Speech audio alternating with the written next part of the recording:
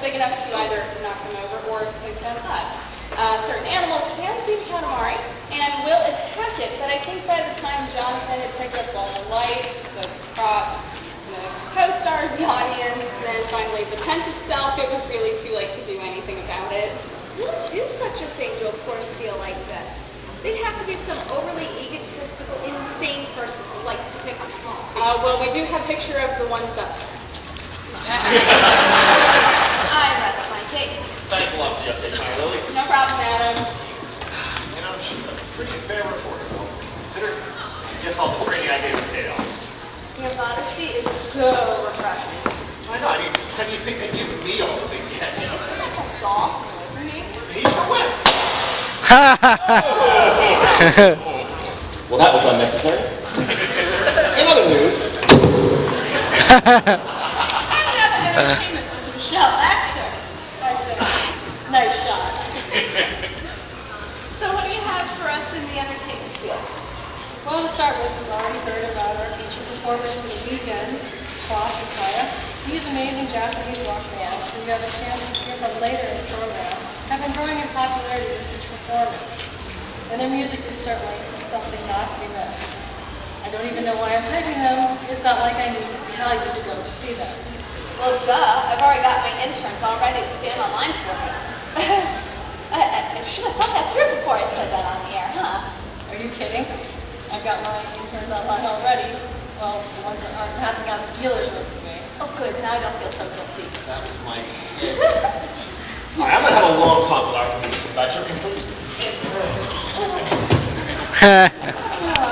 I have to say, Sarah, you're a great asset to the show. I'm really glad they decided to hire you. Oh, you're just saying that because I'm a newspaper lead anchor. Yeah. None of the reporters can get away with that. I guess you're right. So what else do you have for us? Well, as you know, tomorrow night is the masquerade, the super full of convention activities. I, for one, have been to my fair share of these events, and I have to tell you, it's starting to get old. Oh, how so? Well, it's always the same skits over and over again. Use of Pokemon, ghetto dancing, or some artistic presentation that nobody understands. I mean, seriously, folks, you've got to take it up a notch. What do you suggest? Well, I've compiled a top 10 list of things that every masquerade performer should know, and it's my hope that for tomorrow's performance, these performers will take some of this advice and give us the show we're so desperate for. So let's begin. Number 10. Two guys kissing will only be popular with 50% of the audience. Think of the dwarf fanboys. Excuse me. You have to sit through it and listen to the fangirls next to them screaming. Number 9. Two girls kissing will be popular with 50% of the audience. Think of the poor fangirls who have to sit through it with umbrellas to ward off the drooling fanboys. Number 8. Bleach and Naruto are not the only two anime series ever produced.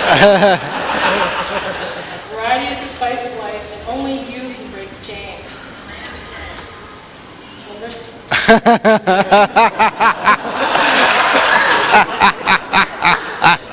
Crowdstrike and Sephiroth cannot and will not ever be dancers. Attempting to choreograph a Final Fantasy dance skit is about as true to the characters as trying to do AnimeUSA Saves Christmas. Number 6. All Metal Gear Solid skits should include the box in one form or another, which we already saw tonight. Last days of Fox handling crab battle references are also encouraged. Number 5. Props are good. Props are very helpful in many of the skits, but props should not be 50 feet long and knock out about 4 staffers when you're trying to dance on stage. I know you think that Sanosuke Senbato is a great idea for your skit, but if you've got the director of the masquerade hanging off of one end of it when you walk up on stage, I don't think the judges are going to be impressed. Number 4, when doing a crossover between two series, make sure you do your research. For example, if Nina Inverse were to encounter Shinji Ikari, she wouldn't just beat him up for being a loser. She would eat all of his food, blow up his neighborhood, and then beat him up for being a loser. Be thorough. And number 3, time is a precious commodity. Everyone here, so have to put some time limits on the skits so that everyone has an equal chance to annoy and impress the audience. It's wonderful that you did your 600-page dissertation on the cultural events of anime and the U.S. populace, but but we don't need to hear you read it on stage. And number 2, it's only a contest. There's no reason to get upset. Don't win a prize. This is only a contest. Please, dazzle us next year. And the number 1 thing to remember is the Pirates versus Ninjas debate is not an argument to be had on stage at Masquerade. Besides, we know it's all about vampires. Fantastic list, Michelle. I'm sure all of our performers would benefit from hearing it. Anything else? Actually, our man on the street, Brett May, has a special guest to tell us all about. Isn't that right, Brett? That's right, Michelle, and I have with me a very prominent cosplay representative who is not only a guest at AnimeUSA, but will be a judge for the Masquerade tomorrow night, Miss Yaya Han. Woo!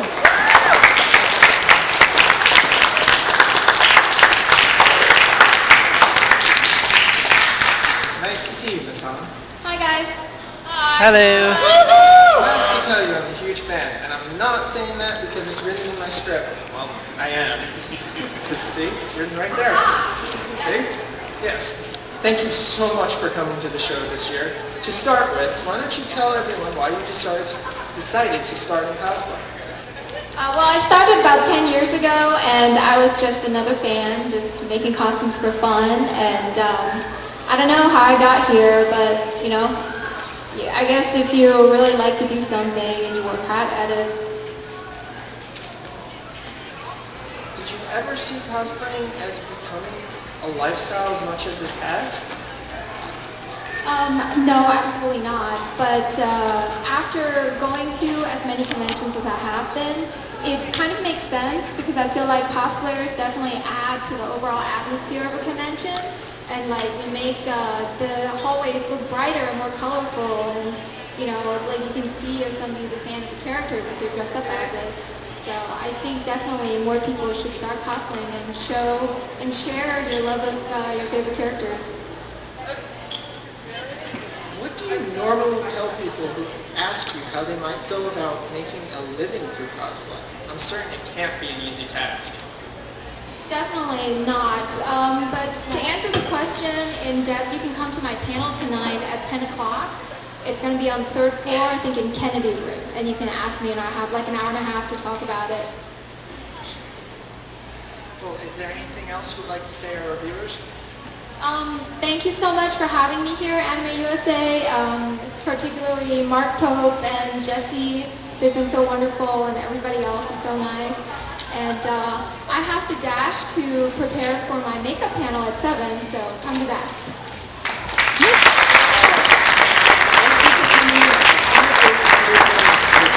Back to you in the studio. Thank you, Brett. I hate you. Oh, really? I respect you greatly. Yes. Yes. Entertainment in the anime universe takes on many varied forms, from card games using holographic monsters to battling with elemental creatures contained in little tennis ball-sized cages to street racing, fencing, magic, and even cosplay. In our continuing search to bring you the most thorough and up-to-date information, AnimeUSA has found one expert who has used his art form to bring the term gaming webcomic to a whole new level. Mr. Dave Lister is the creator of Paradox Lost, a webcomic that can be easily described as what random would look like on paper. Its content ranges from space pirates to ninja hordes, crazy alien chicks, and the occasional Metroid. He certainly has a firm grasp on what the anime universe is really all about. Please welcome to the studio, Mr. Dave Lister.